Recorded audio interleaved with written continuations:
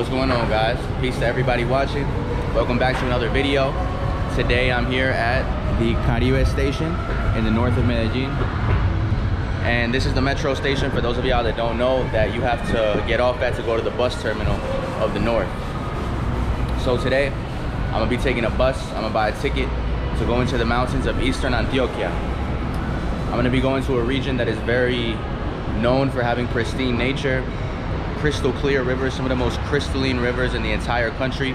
One of the main reasons I came to live in Colombia is to be closer to the nature of the Andes Mountains, which is the home of my ancestors. I really resonate with the nature here, and y'all know I love the city. Y'all know I love the culture and the people of the city, but every once in a while I have to get out and I have to go into nature just to like switch up the vibe. Like if I stay in the city too long, I've noticed it kind of messes with my energy. Once a month or every other month, I get out the city, find a nice pueblo with some nice nature to go hiking, go in some rivers. And behind me are all the comunas of the northeast. If you watched my previous video, I was all the way up there on the highest part of those where my hand is pointing, Santo Domingo. And then these are all the comunas: Aranjuez, Manrique, Campo Valdez. And guys, real quick, look at how horrible El Rio Medellin. This is the river that divides the west and the east of Medellin. Look at how fucking polluted it is. They're burning something over there. And people work on the shores of the river and like dig up sand and sell it. There's a lot of homeless people that live on the shores of this river. Look, that guy's literally in the fucking river right now. They're working with some of the materials that are in there. So even though Medellin is one of the most developed, one of the most advanced cities in Colombia, this river and the north of the city can really show you a lot of the negative aspects of the city, the pollution, the poverty, and all that. In front of us, this very ugly building is the north terminal of Medellin. In Medellin, there's two bus terminals, the north and the south. And each has buses that go to different destinations in Antioquia and even in other parts of Colombia and other departments. So this is the bridge that connects the metro station to the bus terminal. Alright guys, check it out, the northern bus terminal of Medellin. So I gotta go find the buses that go to San Luis. The bus ride will be about 2 hours, if I'm not mistaken. Los Cedros. A la una. Ah, bueno. ¿Y cuánto es? 15. Gracias. Colombia was one of the first countries in South America to have a railroad system. Over time, because of wars and politics, the railroad system stopped working. Colombia is one of the most difficult countries in the world to build roads on because it has a lot of geological movement. It's one of the most mountainous countries in the world. It's just very difficult to make roads and to maintain them. It would be amazing if we had a railroad system to transport people throughout the country. But unfortunately, the main method of transport that people use is the bus. And a lot of times there's accidents because of bad roads, heavy rains, landslides. And a lot of times the roads get closed because they're so damaged from rains and from geological movements. Traveling through Colombia is very difficult, and buying a plane ticket is probably the best way to travel from city to city if you're going far, but not everyone can afford that. From Medellin to Bogota on a plane is like an hour or even less, like 40 minutes. If you take the bus, it's like 8 hours, and that's depending on the conditions of the roads. Same thing if you want to go to Pereira or Manizales. And that's one of the things that's leaving us in the third world here in Colombia, is the lack of good roads and lack of a good railroad system. So I'm gonna go see where my bus is departing from, and let's go.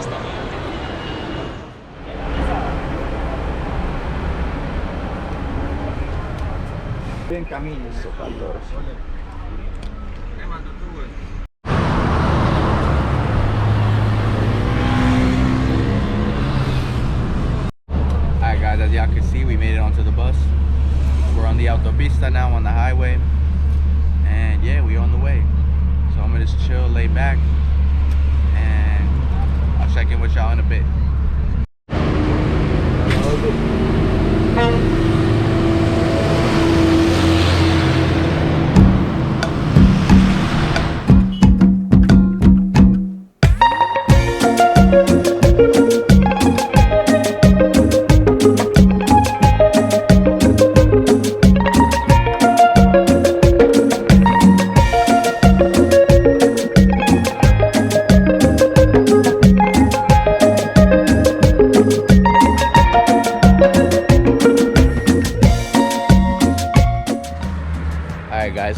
at the wrong stop on the bus, but I'm not far from where I'm supposed to be. As y'all can see, we on this highway in the middle of nowhere.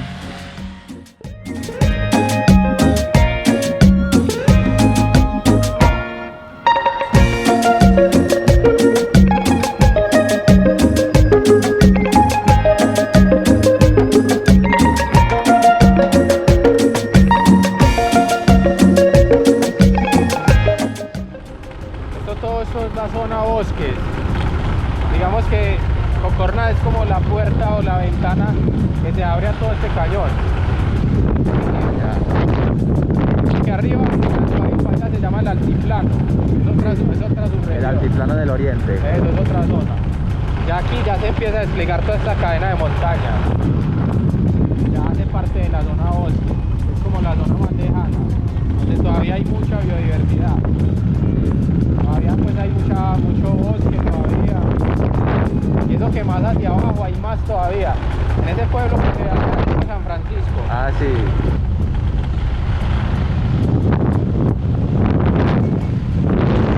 Alright guys, so we're here at the main square of the pueblo. As is typical in any Colombian pueblo. You got the church right in front. And a lot of very typical scenes here. The old men, they're retired. They always come to the parks to talk, kill time, play cards.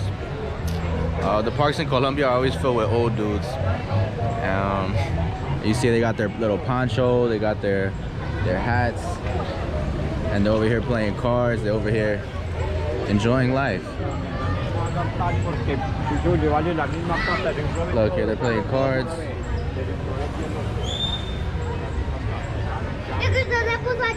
Over there, they're also playing cards. Over there is the Chiva. The Chiva, it's actually pretty interesting. It's something very Colombian. It's basically the public transportation for the people who live in the veredas or in the countryside areas near the pueblos. So these, you know, all the passengers get in here. It has a lot of space for a lot of people to sit, and it has a big engine and big wheels to be able to traverse through the mountain roads and get everyone to where they gotta go, to their little countryside houses.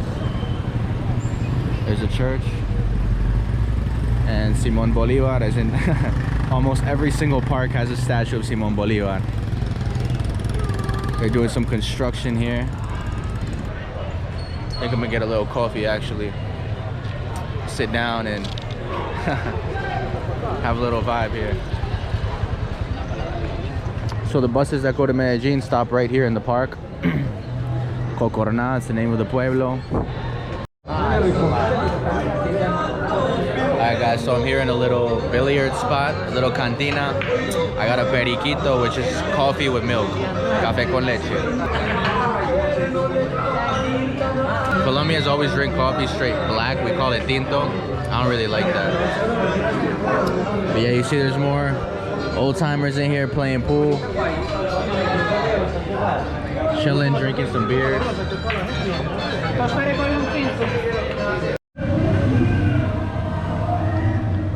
Alright guys, so I'm here walking through the pueblo. This music that you hear playing is música de cantina. So this is the music that they play in bars that people get drunk to in Colombia. A raíz de un acto violento ocurrido en el 98, fue destruida la Casa de Cultura. Entre los escombros surgieron instrumentos musicales, con los cuales se creó la escultura.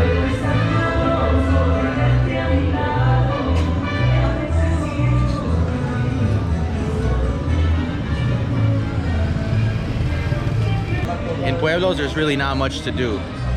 Pueblos are really just a place for the people who live here and for the people who live on the outsides in the countryside to come and do groceries, to go to school, to, you know, do whatever they got to do. And for tourists, for people who are just visiting like me, it's a place where we can come to stay while we visit the beautiful nature around the pueblo. Because, you know, here there's really nothing to do. I'm just gonna chill here for a little bit and then we're gonna go back. Just showing y'all around a little bit here. There's bars on every corner.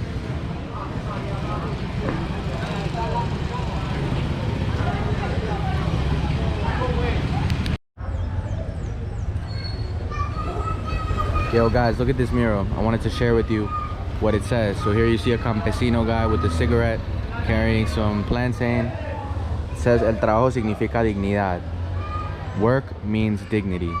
Este mundo está entero en los hombres de miles de atlas, de machete y sombrero, que como titanes cargan en sus hombros la vida del mundo. Damn, honestly, that's kind of hard to translate because it's kind of like a poem. So poetic language in Spanish is always difficult for me to translate. I know it does translate. I'm just like, I'll put it in subtitles so that y'all can understand what it says. Alright guys, I'm here right on the outside of the pueblo. As you can see that sign, Medellin, straight this way, and Cocorná is that way down into the valley. The taxi that brought me here to the highway was going the other way, and I need to go that way. So I have to wait here for the bus that goes to San Luis. So I'm waiting here on the side of the highway. This is why I need a motorcycle, bro. It's coming soon, trust.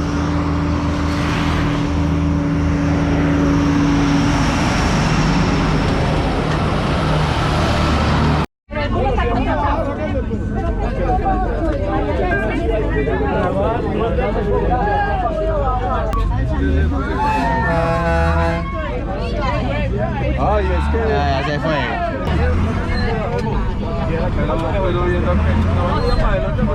No se dejaron arrancar, pues.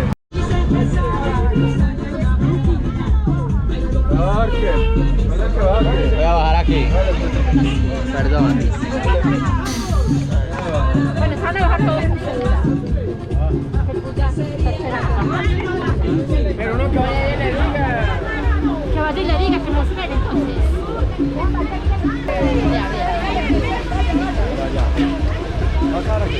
Sí.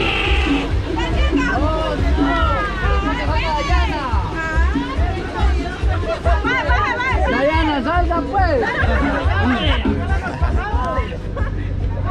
Alright guys, I fucking made it. Ahí la Chiva. Ay, we puta. ¿Cómo cruzo aquí la calle? Ay. Alright bro, I made it. I fucking made it. Oh shit. Yeah, that was a Chiva, guys. Alright guys, we're eating lunch right now. In like a little restaurant on the side of the road. And y'all can see it's a very home cooked type of meal. It's a fried egg with some rice, some chips, piece of chicken, and some chicken broth soup with potato, green plantain, and my lemonade. Limonada. So yeah, this is really close to the place that I'm staying, so decided to eat lunch here. So today's day one. I have some stuff I have to do for work, so I haven't been able to go out to explore yet. I'm gonna finish up, eat this food, finish up my work, and then head out and see what I can explore around here today.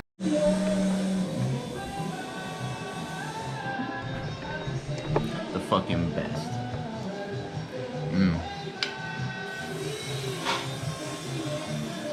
Man, I love me some runny yolks with rice. The best. And this right here is a stove. This is the wood. This is a wood fire stove. That's where they made all the food. Man, I love this home cooked Colombian lunch. I love these foods. Rice, eggs, some nice soup, piece of chicken. I'm a happy man. That's all I need.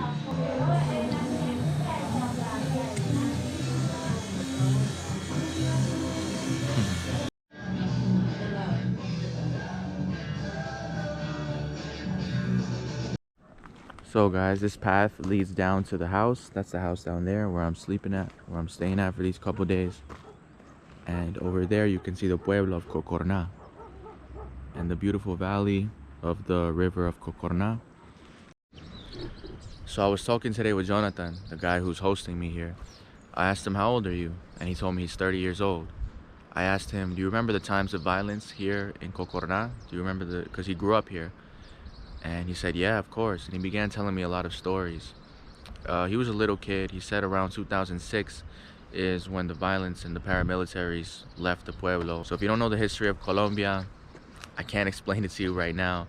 But basically the two groups, the guerrilla was the left-wing communist group and the paramilitares was the right-wing group that wanted to exterminate the guerrillas. Different guerrilla groups had turns there. The FARC, the ELN, among others. And then he said around 2002, the paramilitaries came. And the paramilitaries were very violent, for real. Like, they would cut people into pieces while they were still alive. They would castrate, decapitate. They would massacre pueblos just because those pueblos were under guerrilla rule. They killed a lot of innocent people just because they suspected that they were from the guerrilla. Their goal was to exterminate the guerrilla at all costs, even if that meant killing a lot of innocent people. The army of Colombia also worked a lot with the paramilitaries because the guerrilla was their common enemy. However, the paramilitaries were a lot more violent than the guerrilla. Not to say that the guerrilla wasn't violent and tyrannical, but the paramilitaries were just another level. You couldn't have long hair, you couldn't have tattoos, you couldn't wear your hat too low. You couldn't dress a certain way because they would think you were a guerrillero. And even to this day, there's that culture in Colombia of wanting everybody to think the same way, to dress the same way, to be the same way. So whenever somebody has a different opinion or is just thinking differently, they often get criticized. A lot of times they even get killed. That still happens today. In Colombia, there's that culture of just wanting everybody to be the same. And the paramilitaries were very much like that. Guys, so I finished my work that I had to do for today. And since it's kind of late, it's already like 3.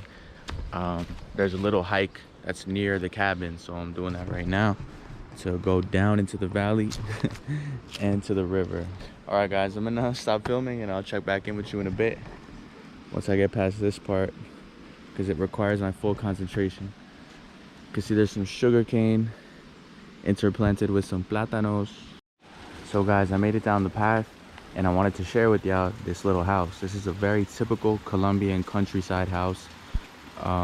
And it's, as you can see, there's no roads nearby. The only way to get here is on foot by going down these mountain trails. We're really like down in the valley right now. So this guy really lives in the middle of the forest. And you can see it's a house made with the tin roof, with wood, with bamboo. He got his crop of plantain and sugar cane. And those are the typical houses that are like deep in the mountains that you'll see here in Colombia. Siempre, que siembren, digo que trabajen. Digo, putas que. Oh, ya sí. sale el candela, mijo, ya. Échale el plomo, como digo tú. Vea, vea, vea. Este es querido, vea. ¿Por qué no siembran, pues? Vea, pero con toda la putería. ¿Y siempre has vivido por acá toda la vida? Yo nací en una Mategua, allá arriba, en una Mategua que allá arriba, en ese monte. Ah, ok. En el monte mío, que es verdad. Sí, usted es de acá. Ah, sí. No, no, aquí yo vivo solito. Con Dios y la Virgen, mis animalitos. ¿No le da miedo? No, ahí tengo una polvosa para el extremo y de puta. Y esto por acá antes era muy peligroso, ¿no?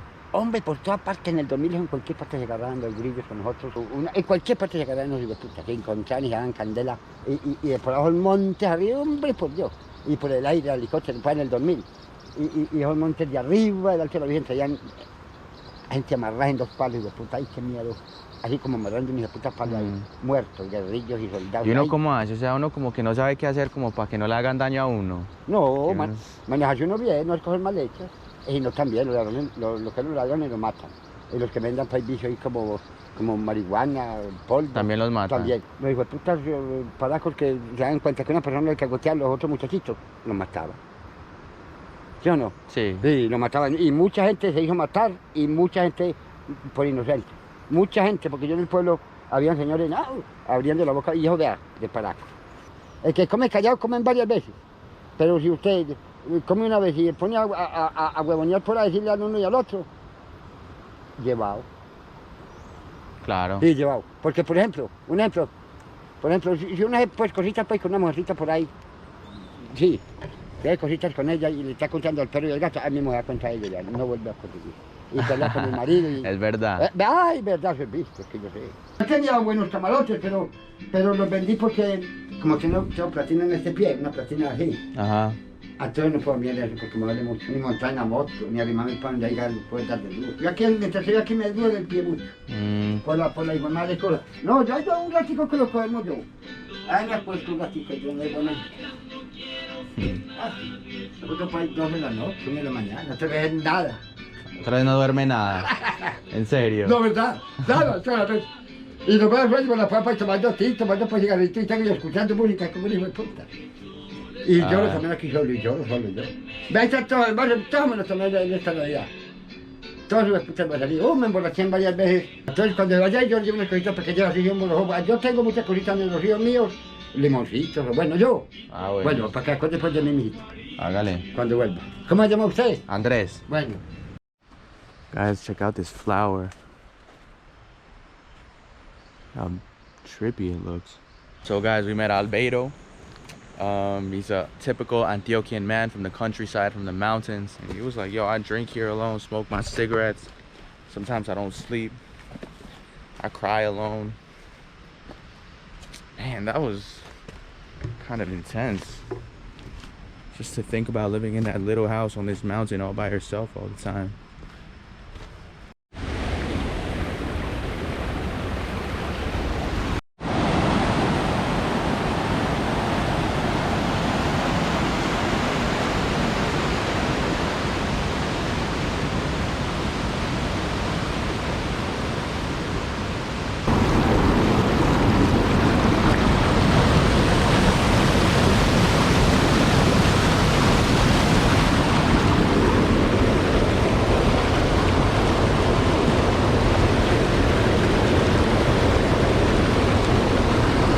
I one time went on like an ecological walk through a nature reserve, and we had a guide, and our guide was telling us that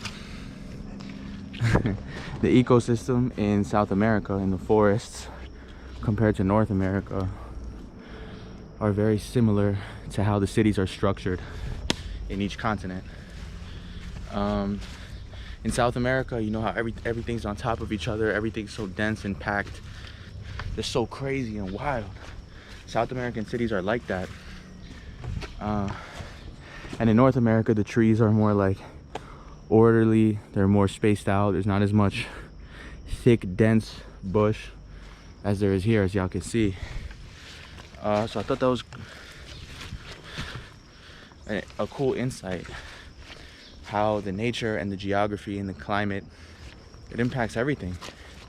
It impacts the way people behave, the way people interact, the way the cities are structured. More sugarcane. So much sugarcane over here. I didn't go in the river because I didn't see any good spots to jump in, and the current looked very strong, so I didn't want to risk it. Caña de azúcar, one of the main important crops for the colonizers to send back to Europe, and one of our most important crops as well, because it's what we make panela with. Which, if you've been to Colombia, it's like that brick of brown sugar. It's made from these sugar canes, and it's a staple in every Colombian household to make agua panela, to make aromáticas, teas, to sweeten juices, put in the coffee. Some people even mash it up and eat it with avocado. Alright guys, check out the kitchen. This is the place where I'm staying. I haven't showed y'all yet. I keep forgetting to show in here. But y'all can see this Jaguar that he made. And this is all with mud, with like a natural mud material. And y'all can see this is all made with natural, in Spanish we call it bareque. It's a natural material. I don't exactly know what the mixture consists of, but it has to do with like clay and mud. So we're gonna have some eggs and arepa with some cheese. Oh, I also bought some panela. So you guys saw the sugar cane that was growing here. This is the panela, as I was telling y'all, the Colombian staple in any Colombian household. Alright guys, so here's my humble little meal. 2 eggs with arepa de chocolo, some cheese, and yeah, it's dinner time. This is more, I mean, it's a breakfast meal, but this meal could really be breakfast, lunch, or dinner. It could be anything. It's a very Colombian meal, man. I don't think it gets more Colombian than this. So I'm about to dig in, about to have some nice dinner, recharge my energies. The hike was pretty intense. I didn't film all of it, but it was like we're all the way up the mountain, and I had to go down into the lowest part of the valley to get to the river. So about to boost up my energies here.